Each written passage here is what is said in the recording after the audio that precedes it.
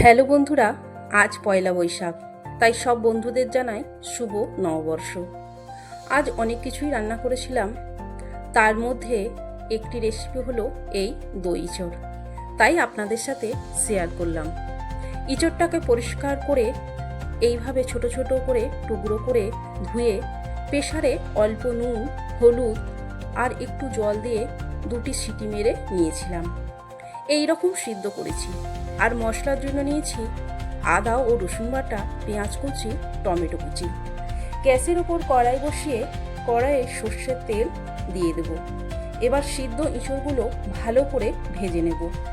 গ্যাসটা low to মিডিয়ামেই রাখবো। এদিকে একটা বলে টক দই, লঙ্কা গুঁড়ো, হলুদ গুঁড়ো, ধনে গুঁড়ো, জিরে গুঁড়ো, স্বাদ মতো নুন, অল্প চিনি, কাশ্মীরি লঙ্কা গুঁড়ো ভালো করে দইয়ের সাথে মশলাগুলো মিশিয়ে রাখবো।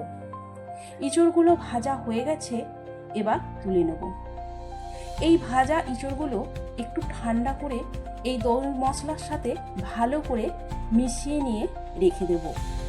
এদিকে গ্যাসের ওপর কড়াই বসিয়ে আবার কিছুটা সর্ষের তেল দিয়ে তেজপাতা আর শুকনো লঙ্কা ফোড়ন দিয়ে দেবো।